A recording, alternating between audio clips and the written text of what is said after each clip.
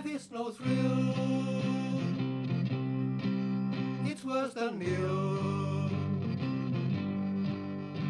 So draw the right conclusion. Let them be still.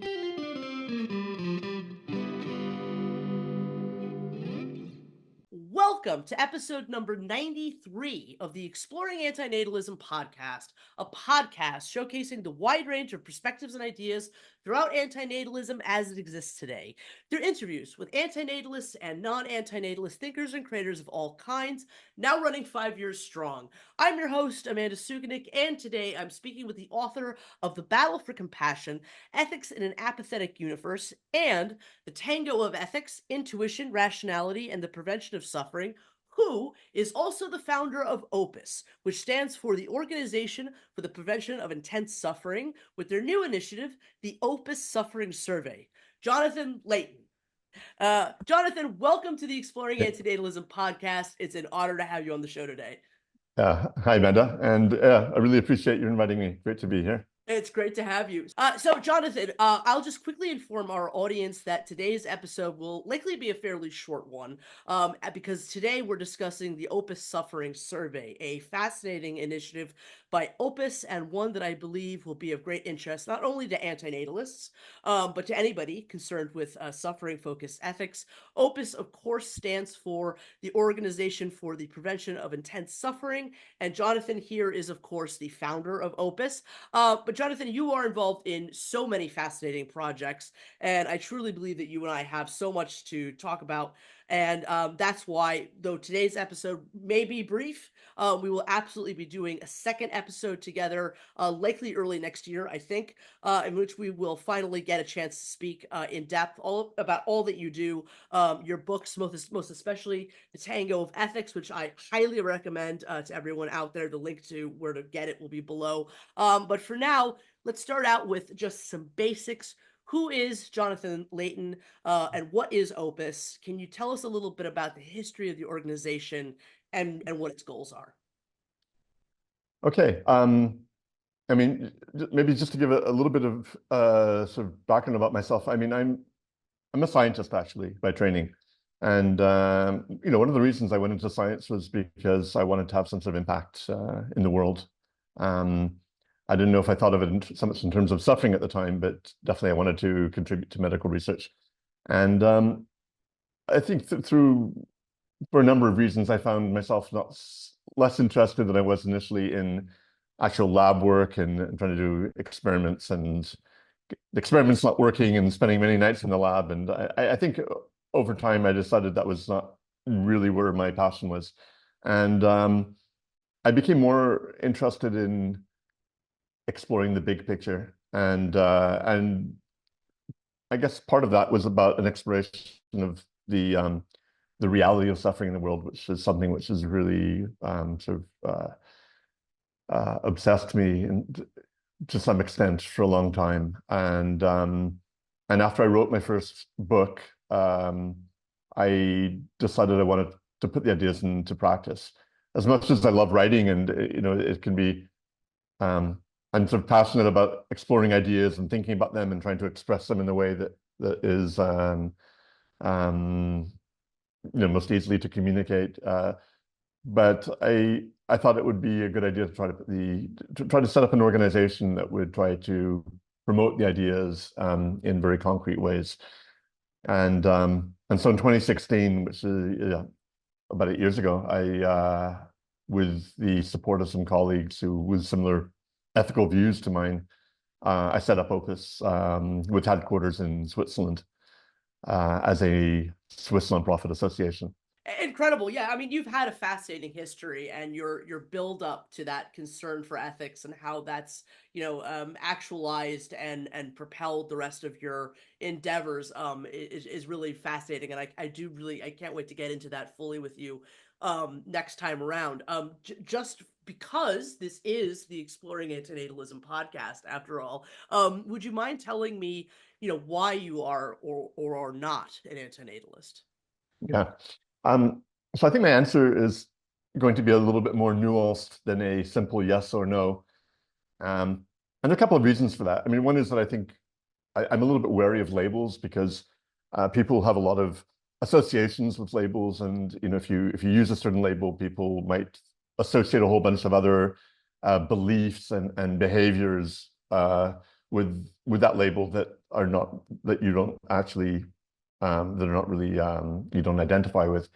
But it's not only that; it's that I mean, the core thing I care about is suffering, and I take I'm sure we'll talk about that in much greater depth the next time we speak.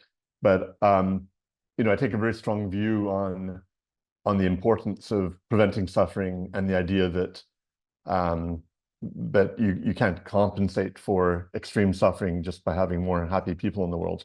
So philosophically, that's already a pretty strong position. But what do we do with that? And do we try to actively advocate for people not to have children? I don't take that kind of strong position.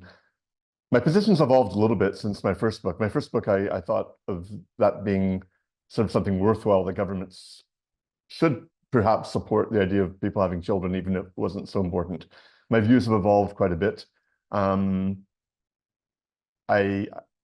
would say that even in terms of the goal of preventing as much suffering as possible, there are conflicting ideas about what is actually most effective. There's so much suffering in the wild, and just looking at animal suffering, even if humans went extinct, there's a lot of suffering that will be left over. So just from that perspective, there's a lot to be said for keeping humans around so that we can, eventually, when it becomes technically feasible and there's more sort of general support among the population, try to help more animals in the wild. And then, in terms of practically, just trying to have impact, I think there's a lot to be said for making arguments that more people can that are sort of accessible to more people, or that are more intuitive to them. A lot of people have very strong reactions to the idea of not having children. They might even feel sort of personally aggressed. I mean, I'm sure this is something that you're far more familiar with than I am about all the issues with that. So it's just not generally an approach I'm very sort of active in. And but what I do say in my last book is that if people are having children, I think it's just really important to instill in them a sense of compassion. And I think if you have people in the world that care about the same kinds of things, that are let's say become social activists in some way and try to prevent suffering in the world, that would actually be net positive from a suffering perspective. So that's kind of my nuanced perspective on it. Excellent answer. Excellent answer. I'm trying to restrain myself as best I can from not asking you more detailed questions at the minute based on a lot of the things you just said. But I will just say that, suffering is the very core of my antinatalism too, and really all the things that I care about and that have propelled me for the last 14 years.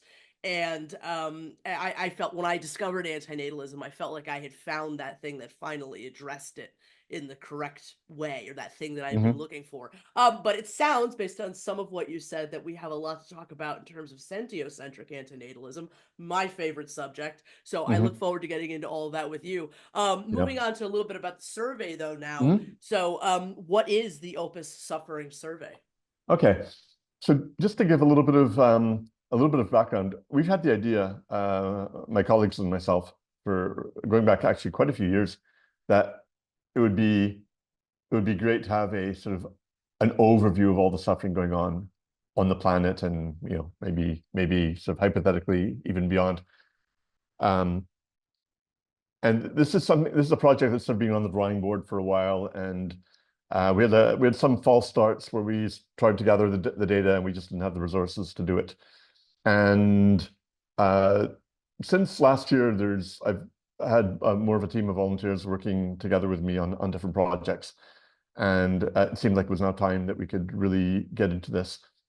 And the goal is really, as I said, to have a sort of an overview of just how much suffering is there, not to create like one number, like one number of this value, but really how many individuals, like individual physical beings are suffering and for how long and with what kind of intensity. There's a lot of data out there on on prevalence, how many people suffer from a particular disease, how many cows are kept on factory farms and so on. And we can have a pretty good idea of the duration of the suffering. But intensity data is a lot more difficult to find. And it became clear to us earlier this year that maybe the best thing was just to try to gather that data ourselves.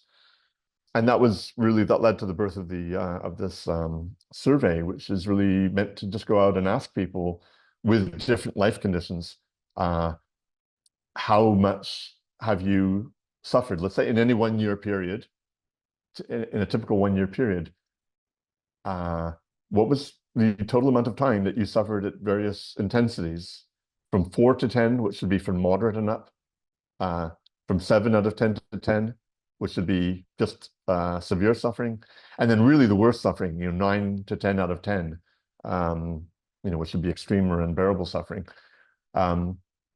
These are not necessarily the easiest questions to ask people, for people to reply to, especially if they're trying to think back.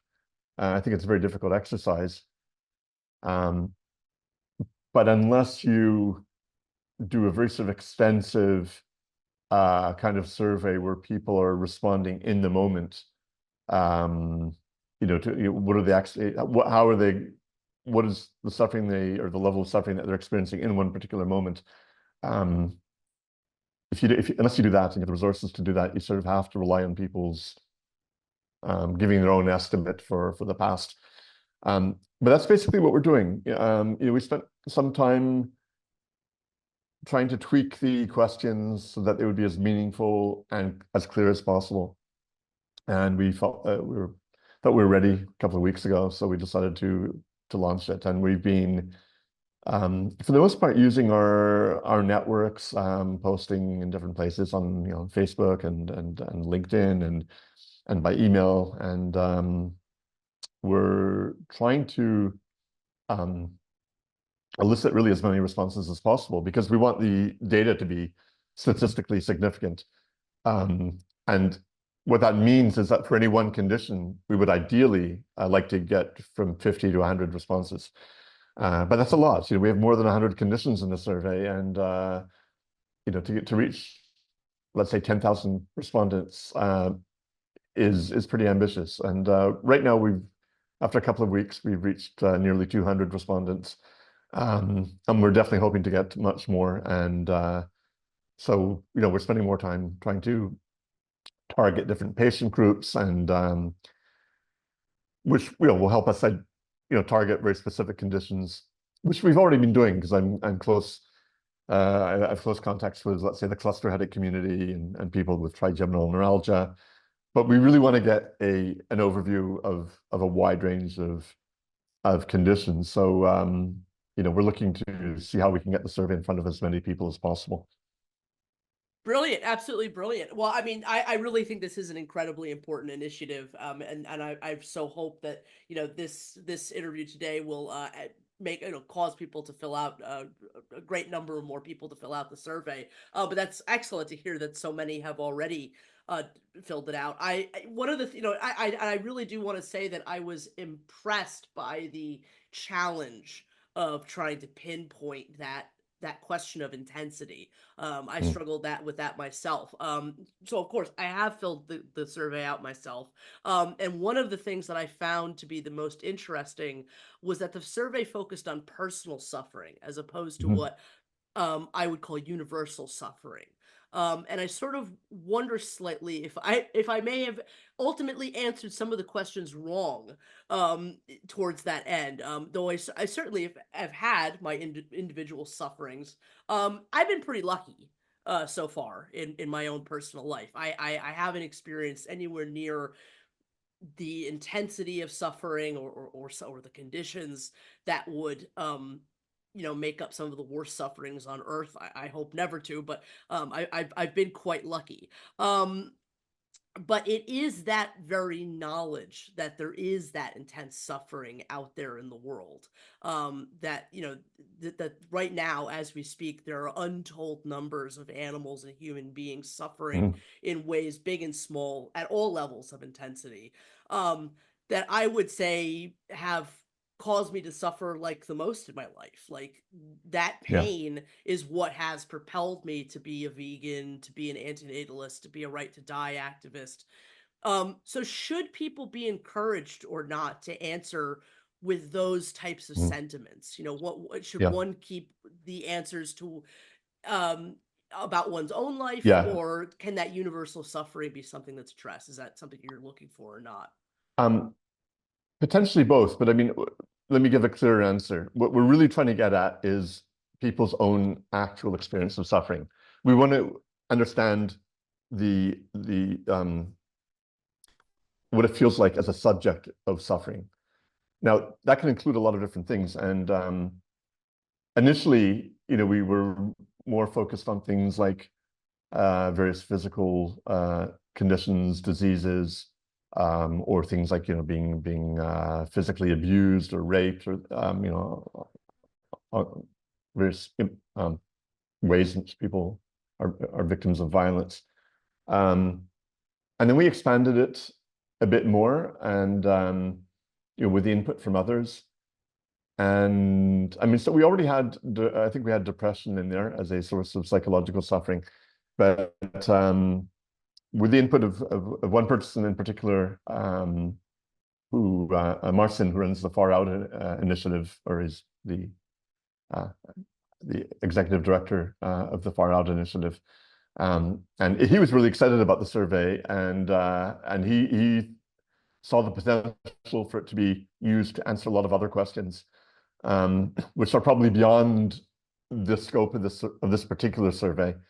But it did, let's say, influence me to try to incorporate other kinds of conditions which might otherwise have, let's say, gone under the umbrella of depression, but that could actually be more precise or more specific, or maybe even be outside of depression itself. And one of them, I guess, is I can't remember what we called it. It's basically something like existential. I don't even remember what we you know, what the final phrasing was, but it's basically sort of some sort of deep existential anxiety or anguish, and that would certainly encapsulate the suffering that comes from being aware of all the suffering in the world. So I would say that, and you know, if that's a major source of suffering for somebody, that would be one of the conditions that they could provide more precise answers on. So just to explain a little bit more how the survey works, aside from some basic personal information, which, by the way, it's not we give people the opportunity to give their email address. They don't need to. In any case, it's kept confidential. But aside from this, from some, you know, basic data like, you know, age and country, people are first asked a few questions about how they're feeling right now, and that's useful because it can how people are feeling in that very moment can then be compared with any conditions that they say they're suffering from in the moment. And after that, we ask for all conditions they've ever experienced. And this also gives us potentially the ability to rank in the sense of, you know, if somebody said they've suffered from 10 different conditions and they've chosen one or two to answer, there's a pretty good chance that those have been among the most severe. So after they answer all those, provide answers on anything that they've suffered from, then we go into details about particular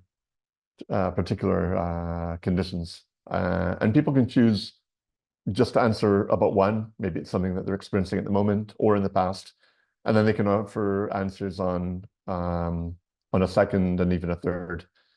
So, you know, people have the opportunity to talk about maybe any physical or psychological suffering they're experiencing in the moment, and if it happens to be, you know, the sort of existential angst, then they can, if that's a major source of suffering, then that can be one of the conditions that they talk about. No, those are excellent details. Thank you so much for explaining so much about the survey and just sort of how it works. I mean, I think that it's very impressive how broad the spectrum of suffering that you've accounted for within the survey. But I was also very happy to see, I believe it was in the description of the survey. I apologize if maybe it was in a different place that I saw this, but you do mention we're also planning to carry out an assessment of animal suffering by surveying various experts, and we plan to combine the results to get a larger overview of human and animal suffering. That sounds great. I think, the two surveys that you plan coupled with one another, that's going to give such an expansive view. Can you tell me a little bit about those excellent future plans? Yeah, I mean, this is something that we're going to be doing very shortly, and actually, we would have probably already started doing it by now, but just there've been other sort of distractions or things we've been busy with. But the idea is, very simple, that if we want to account for all of the existing suffering on our planet, we need to take into account all sentient beings. But it's a pretty difficult task.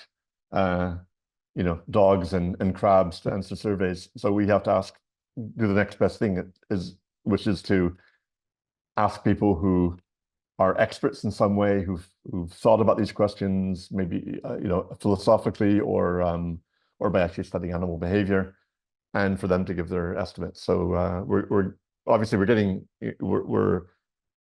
one major step removed from the actual experience of the animal, but at least we can get some sort of quantitative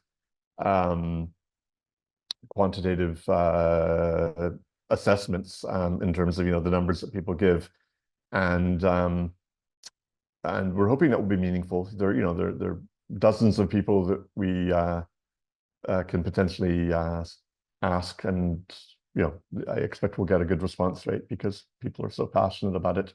The big question then is, are the numbers that we get for animals, asking experts, how reliable will they be, and to what extent can they really be sort of fit together with the responses we get for humans? And that's a big question. How valid is that kind of information? People that try to research animal suffering and animal pain, they might use different kinds of instruments. And there are a couple of studies, there's several groups that have been looking at that. They're not necessarily trying to look at suffering on a scale of 0 to 10. And for, very concrete reasons, because there are various specific causes of suffering. And if you're trying to address those causes of suffering, it's more useful to know, what are the specific things that we need to address.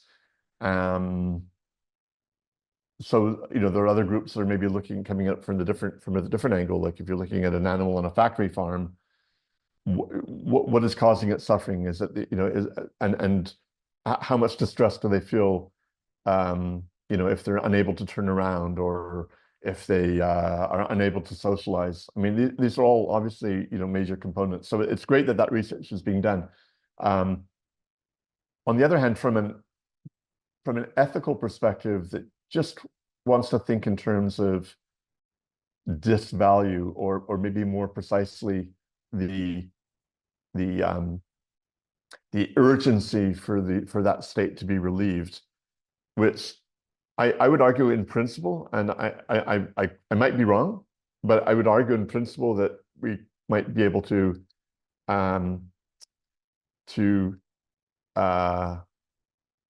basically put different kinds of suffering of different sentient beings on a similar kind of scale, on which they can be compared, not necessarily, not because we want to say that some suffering doesn't matter as much.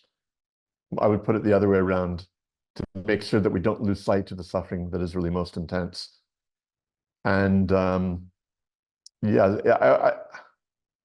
would say this in the same way that you can measure lots of symptoms of somebody in pain at the hospital, or somebody who's receiving palliative care, and they might be asked to answer different kinds of questions about how much are they in physical pain? How much are they feeling physical discomfort? And what are the different dimensions of psychological pain that they might be experiencing? But you can also ask them very simply, how much are you suffering on a scale of 0 to 10? And I've looked at the different kinds of approaches to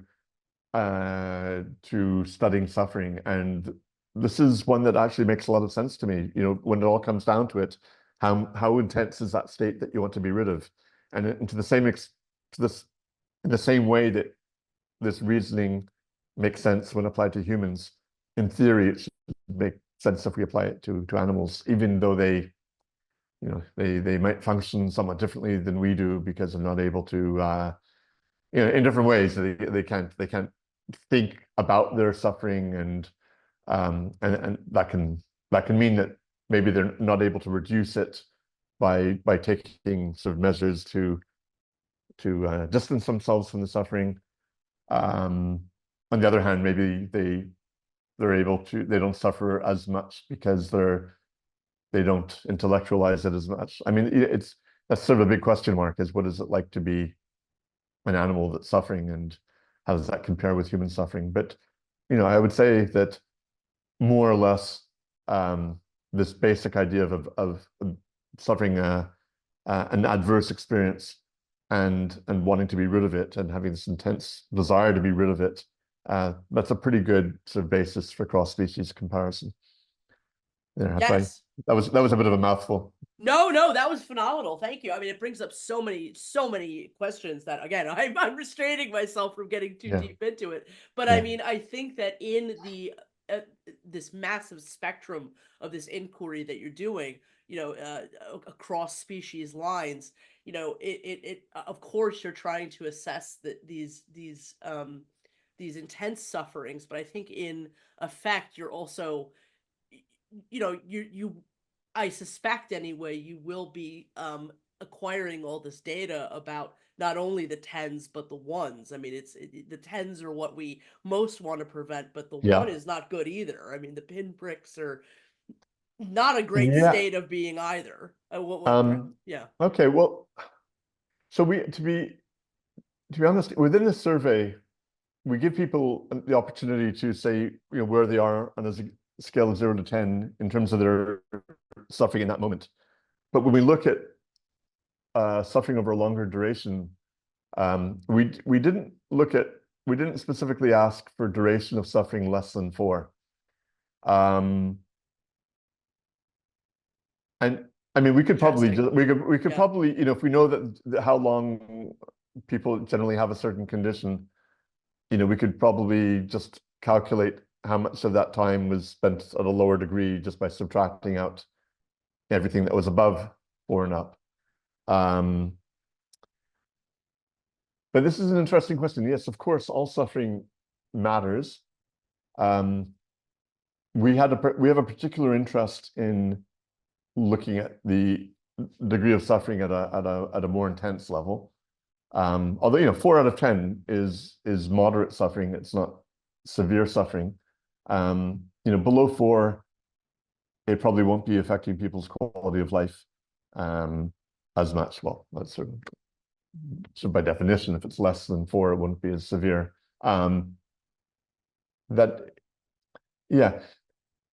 This lower level suffering, it matters for its own sake.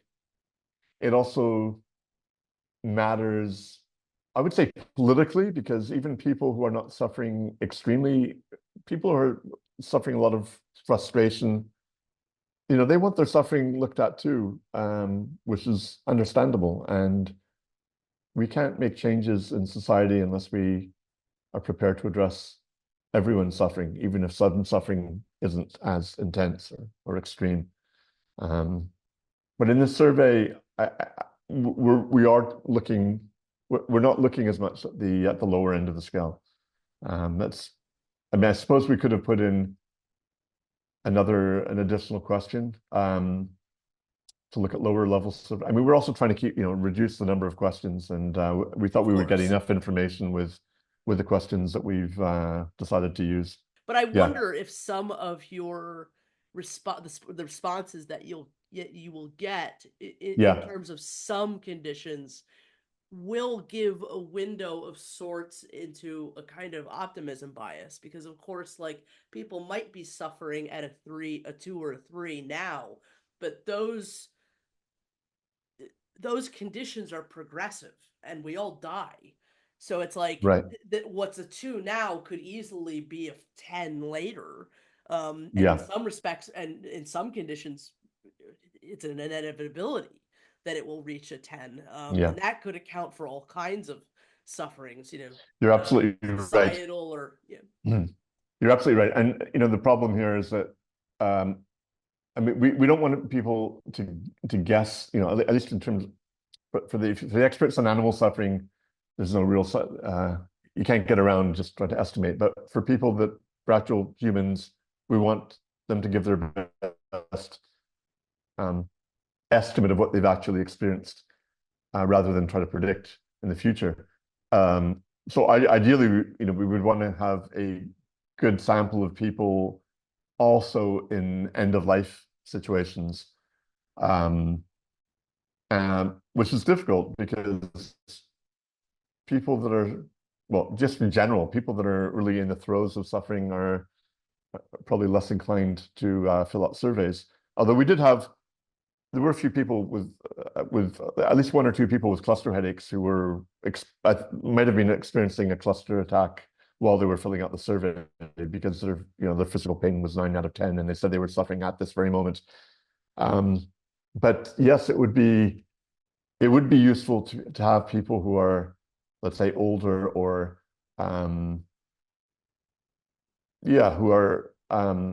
let's say in end of life conditions, or maybe not end of life, but suffering from the effects of age. And the question is just whether we can get enough of those people answering. So I've been in touch with people in the palliative care research community, and probably our survey is going to be mentioned in the bulletin of the International Association for Hospice and Palliative Care. And then there's still there's still the question of, okay, do the professionals that work in the organization and that are connected with it, are they going to be able to reach actual patients? Do the patients have access to the computer, or will they be helped to answer the survey? These are all big question marks.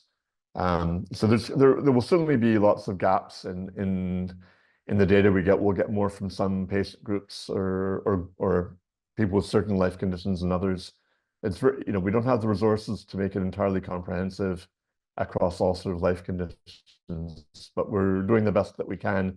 And in some cases, we might, at least for the survey that we communicate ourselves, the sort of overview of world suffering, where we need to, we'll put in our own estimates based on the data that we already have in order to fill in the gaps.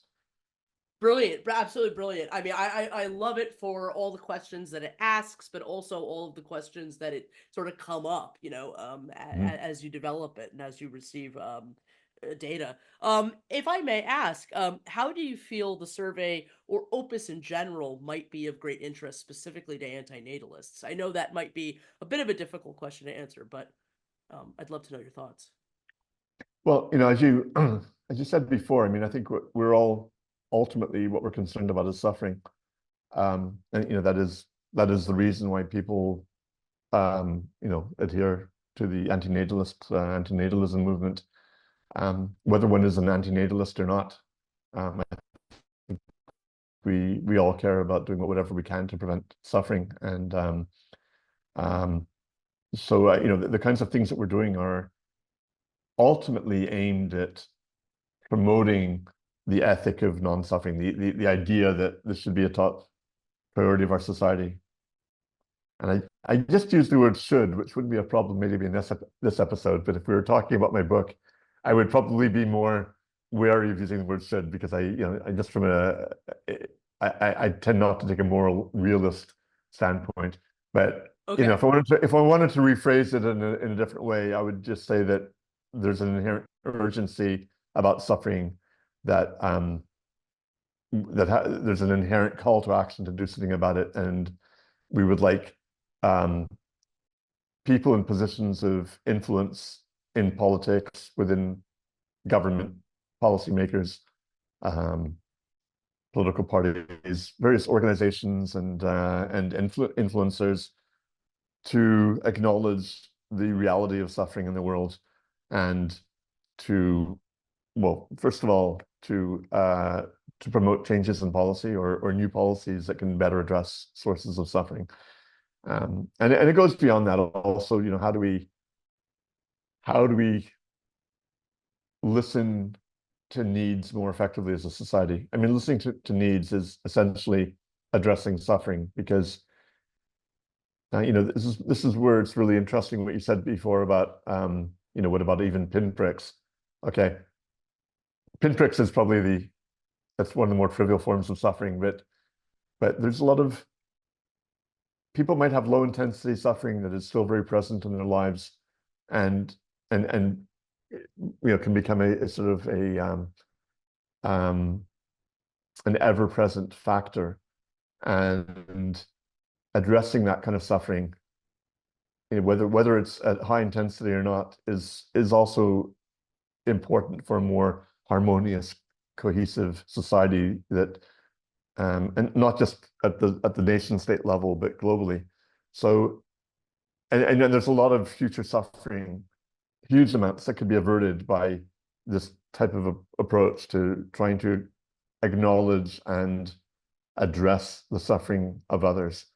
So this is part of another project that we're working on, to basically, it's called a Guide to Compassionate Governance, that we've been researching and are now writing up, and we're hoping this will have some influence. So we're trying to get a lot of traction from it, and maybe I'll have more to tell you about that next time we speak. But you know, these are things that I hope will address many of the interests and concerns of people within the antinatalism movement as well.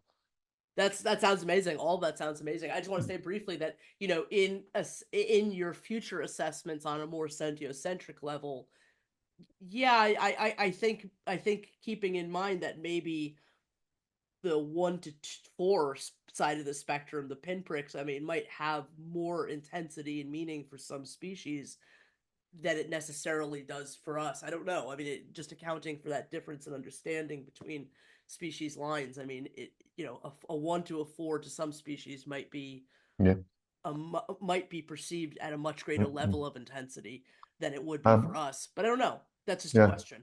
I think, see, my thought would be that, you know, in principle, if we're applying the numbers correctly, the experienced intensity of a 3 should be comparable, because if it's being really experienced differently and with more intensity, then it probably wouldn't be a 3 anymore.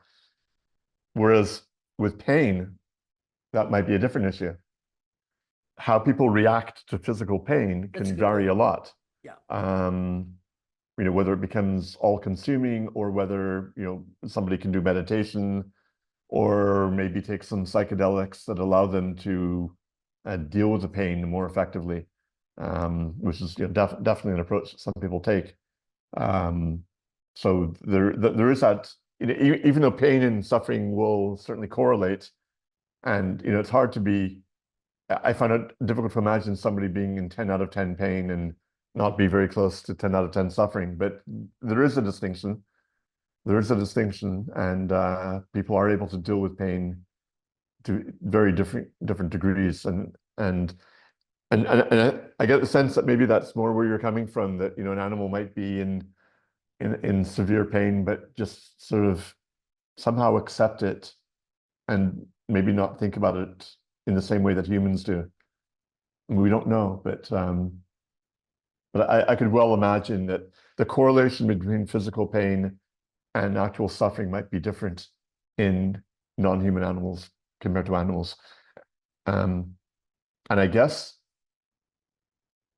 I mean, we'd have to find some sort of way of actually monitoring the brain activity to be able to tap into that more effectively. And I'm not sure where we're at, even if we could do it without causing more suffering. I'm not even sure whether we understand brain states well enough and their correlation, but yeah, at least in theory, that would be the way of getting that kind of information. I suppose yeah, there may be other behavioral patterns that you could look at that might correlate with pain, but then it becomes more complicated. Is it actual pain? Is it suffering? Yeah, these are still sort of open questions. Yeah, amazing. Well, I will this time hesitate effectively, and we'll get into a lot of that next time, I'm sure. Let me ask now though, how long will the survey run for? And you've spoken already about Yeah, how the results will be used, but if you could yeah. maybe go into a little bit more detail about that, Well, it's going to, I mean, we'll keep it live definitely until the end of the autumn, just to leave enough time for to get enough responses. And if we see that it's necessary, we have, let's say, some other larger networks that are getting on board, and we need to leave it open for longer, we'll do that. I mean, I think we're quite keen on getting the data analyzed and put out there. But we'll definitely delay it if it means that we can get we'll keep it open if we can get more data that will allow us to get more statistically significant results. That's for sure. And yeah, what we plan to do is, initially we just wanted to create our own suffering overview, but if we're generating all this data and we can accumulate enough of it over a range of conditions and we get enough responses, we'll be able to submit it to a medical or scientific journal, because I'm not really aware of any other study that's been done that's quite like this one, that's looking at suffering in particular over a range of conditions and trying to evaluate intensity and duration. So I'm guessing it will be a potentially useful contribution to the field of suffering and medicine in general. And what I didn't say is that we're also asking people to give descriptions of things that have helped them, and perhaps we'll come across some treatments that are not really well described in the literature. In the same way that psychedelics have been found to be extremely useful for cluster headache patients.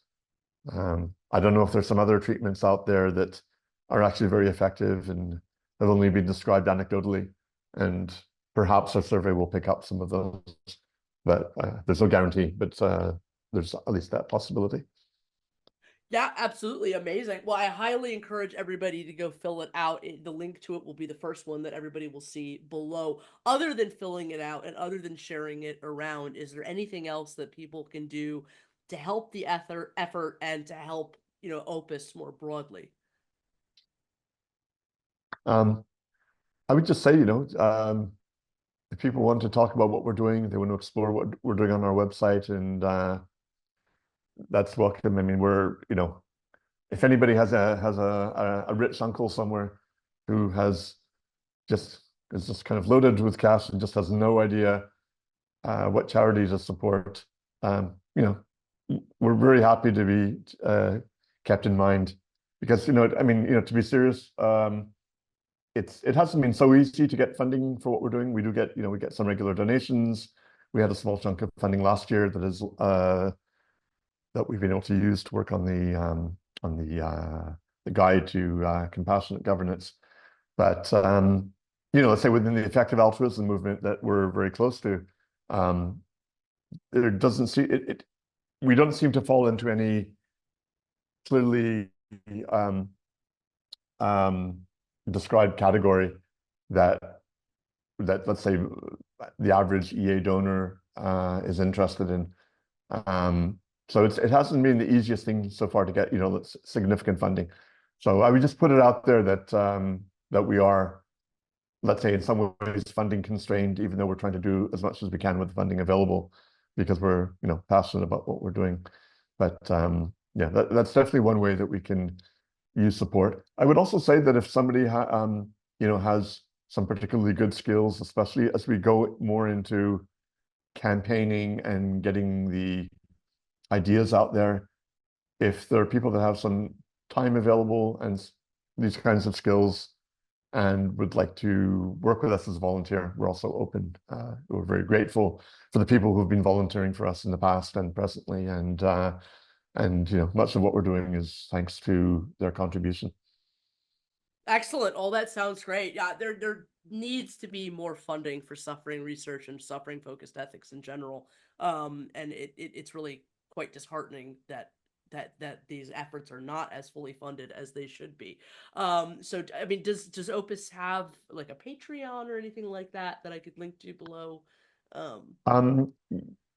We we have a PayPal, and we have two bank accounts for Swiss francs and euros that people can donate to. Yeah, those are. I have my own Patreon account, but we don't have one specifically for Opus. Okay, amazing. I'll put links to all that below. Jonathan, my congratulations to you on Opus, the survey, your books, links to everything will be below. Thank you for all that you do. I have tremendously enjoyed our conversation today. Thank you so much for being my guest on the Exploring Antinatalism podcast. I can't wait to have you back on for more. Before we totally close out, is there anything else that I've missed you want to say before we? No, I don't think so. Just a big thank you for inviting me. It's been a pleasure really having a chat with you, and thank you for your support for what we're doing. Absolutely. Really appreciate it, and look forward to talking again. I do as well. Pleasure is all mine. Thank you so much, Jonathan. Have a good one. You too. Hey everybody, it's Amanda. Are you looking for an excellent way of making academic antinatalist works more available across the globe? I know I am. And so I'm delighted to announce that the wonderful and award-winning Polish publishing house, Towarzystwo Naukowe imienia Stanisława Andreskiego, which over the last 2 years has produced some exceptionally beautiful Polish editions of both original works like Anti-natalism by Mikołaj Starzyński, as well as classic academic antinatalist works like David Benatar's Better Never to Have Been, has now opened an online shop featuring the magnificent antinatalist Ouroboros designed by Michał Dziadkowiec. The logo is fully customizable and available on a wide variety of products.